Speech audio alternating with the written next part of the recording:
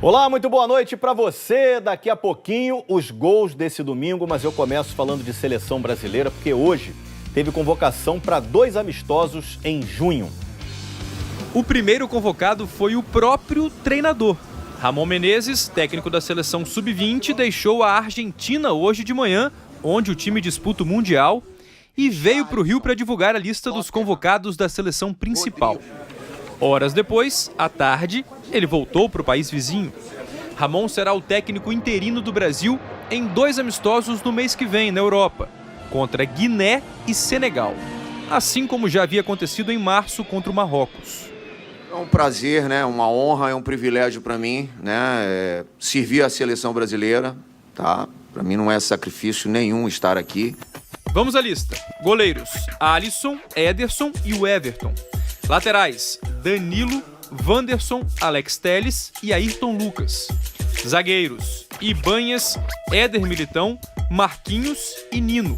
Meio-campistas: André, Bruno Guimarães, Casemiro, Joelinton, Lucas Paquetá e Rafael Veiga.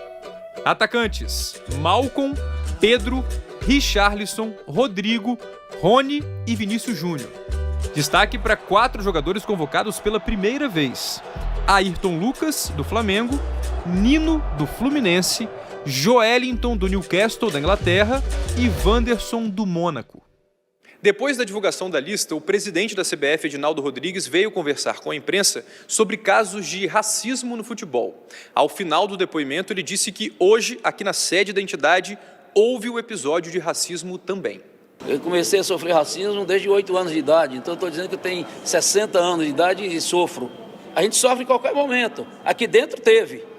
Aqui dentro, hoje, do auditório, teve racismo. Então, tem situações que a pessoa... a gente, junto com o jurídico da CBF, nós vamos procurar ver o que é possível para que a gente possa colocar de uma forma pública no site oficial da entidade aqueles racistas, para eles não ficarem, entendeu, no meio de pessoas de bem e que estão pregando o combate ao racismo e eles praticando. A CBF não quis dar mais detalhes desse episódio citado pelo presidente da entidade. Agora sim, vamos falar dos gols do domingo no Brasileirão. O Corinthians venceu. Eu tô achando estranho o seguinte: o jogo foi muito nervoso. Você arrancou os cabelos, cara. Tá carecaço ele. Ah, eu tô calvo, mano. Agora eu sou o calvolinho do Timão. Gostei. Corinthians e Fluminense em São Paulo. A rodada do Brasileirão foi toda marcada pelo combate ao racismo. Os jogadores e árbitros entraram em campo com uma camisa preta escrita: "Com racismo não tem jogo". A mensagem também estava nas faixas dos capitães, na bola e na moedinha. Depois do apito inicial, todos se sentaram no gramado por 30 segundos, enquanto um vídeo da campanha rodou nos telões dos estádios e também nas transmissões. Um recado fundamental para todos e também uma força para o nosso Vini Júnior, uma semana depois do último caso de racismo que ele sofreu na Espanha. E no gramado do estádio do Corinthians, uma linha misteriosa. Quem teria feito essa linha? Como ela apareceu ali? Nada mais é do que uma manutenção na lâmina do cortador de grama enquanto eles estavam cortando esse pedaço. Só que ninguém imaginava que justamente essa linha teria um papel fundamental na partida. O André foi o primeiro a testar a força mediúnica da tal linha. Pé direito! Cássio! Parecia que quem chegasse perto da linha, a confiança aumentava. Maicon do Corinthians arriscou. Fábio! Aí, olha só de onde o Matheus Bidu foi cruzar essa bola. Direto pro Yuri Alberto, que escorou pro Roger Guedes fazer o primeiro do Corinthians.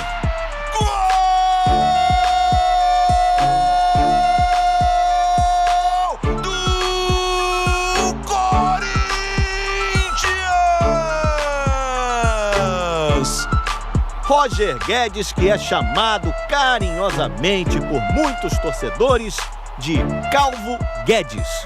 Nessa foto aí dá pra entender o apelido, né? A linha da calvície tá chegando com tudo, parceiro. Tô calvo por causa disso, né? Muito tempo pintando o cabelo. Cabelo tem pouco, mas inspiração tem de sobra. Recebeu um belo lançamento do Fagner daquela linha, claro, e fez o segundo do timão.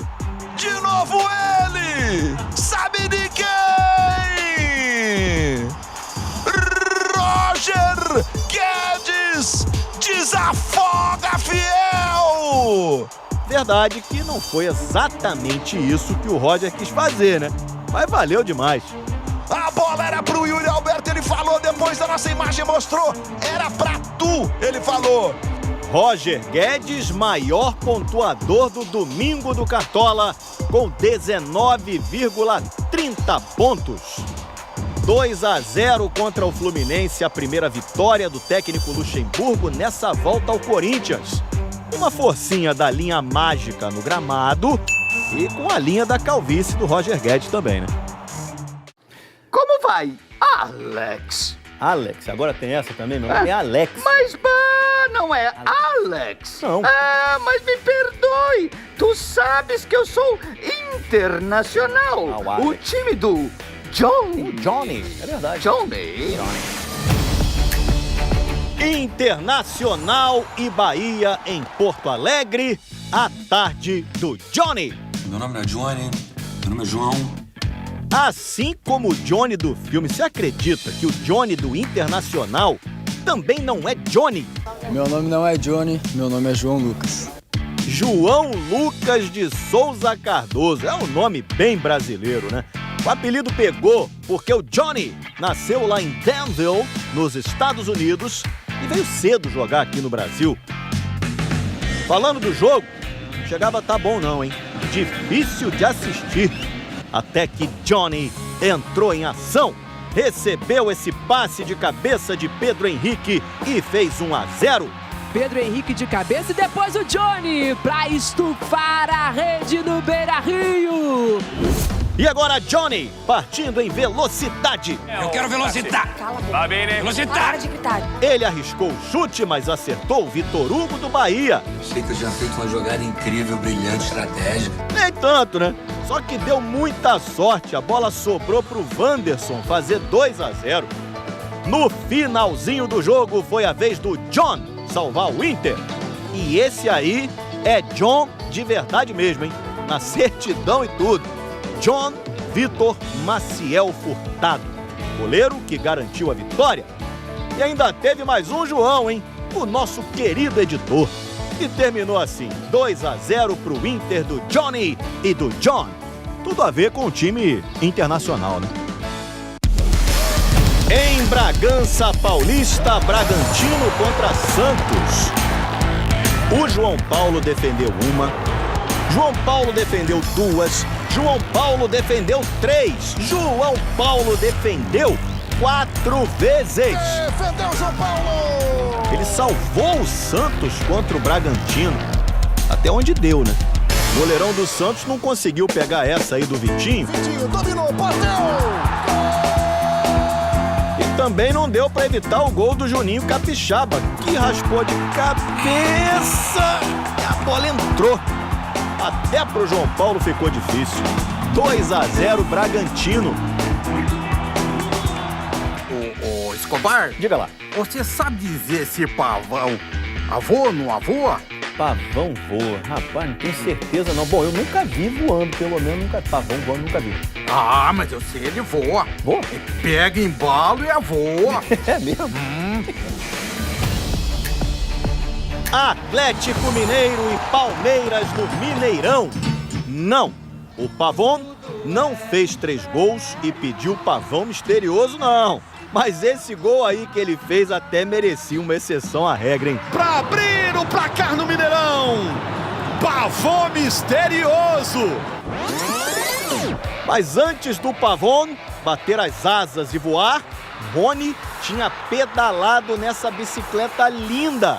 Golaço, mas o VAR anulou. viu esse impedimento do Rony no início da jogada. Tipo de gol que dá muita pena de ser anulado, né? No início do segundo tempo, Dudu marcou.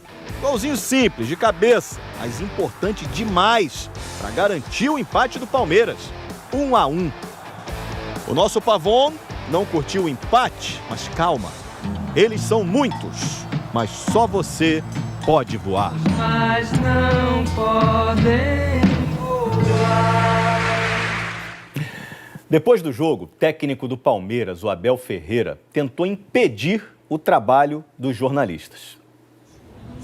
Na zona mista, área destinada à imprensa, o produtor de reportagem da Globo, Pedro Spinelli, registra com o celular imagens de uma discussão entre o diretor de futebol do Palmeiras, Anderson Barros, e o quarto árbitro da partida, Ronei Cândido Alves. As imagens mostram, inclusive, o momento em que o técnico Abel Ferreira entra na discussão.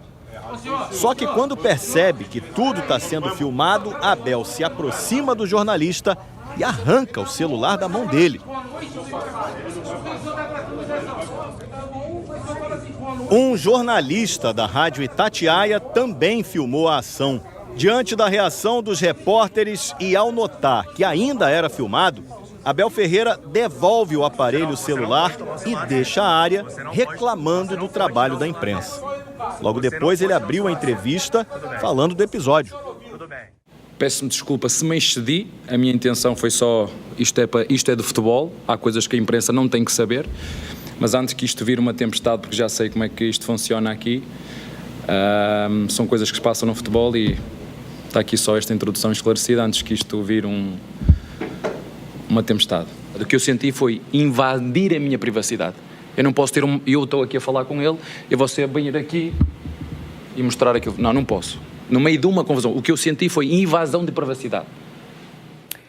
Mas não houve invasão de privacidade, como disse o Abel. Nós mostramos, o jornalista estava no espaço destinado à imprensa. Conversar com o líder do Brasileirão agora. Aê! Pode chegar, meu camarada. Líder folgado, leque! Tô vendo, tá me cutucando demais, folgado mesmo. Escobar aí, é isolado, é disparado, é muito na frente, tipo assim, folgado mesmo. Folgado mesmo. Botafogo e América Mineiro no Rio de Janeiro. Duelo entre o líder e o vice-lanterna do Brasileirão. E o Fogão não deu chance pra zebra, não. Começou a partida com tudo. Nem 3 minutos de jogo e o Júnior Santos cabeceou para fazer 1-0. E o Botafogo abre o placar logo no comecinho do jogo aqui no Newton Santos. Aí começou um festival de calcanhar do Botafogo. Na primeira tentativa, o Eduardo tentou ajeitar para o Júnior Santos.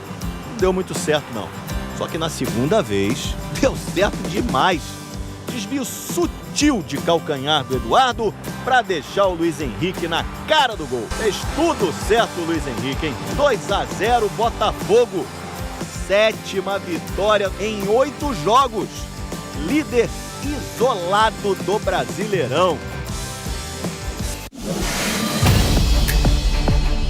São Paulo e Goiás, ontem à noite no Morumbi. Maguinho de cabeça fez 1-0 para o Goiás. E a virada veio no segundo tempo. Pablo Maia chutou de longe. Teve um desvio ali no Bruno Santos. 1-1. E aos 45 do segundo tempo, David fez o gol da vitória. 2-1 São Paulo, que está invicto a 11 jogos, hein? Desde que o Dorival Júnior chegou, o time não perdeu mais. Falando em não perder, agora a classificação. Aí, desde 1910. Botafogo tá folgado. Botafogo.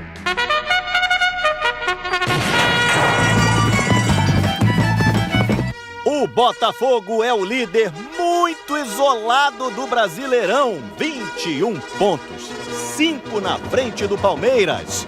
O São Paulo é o terceiro com 15, Atlético Mineiro e Grêmio tem 14. 5 times têm 13, Cruzeiro, Flamengo, Fluminense, Fortaleza e Bragantino.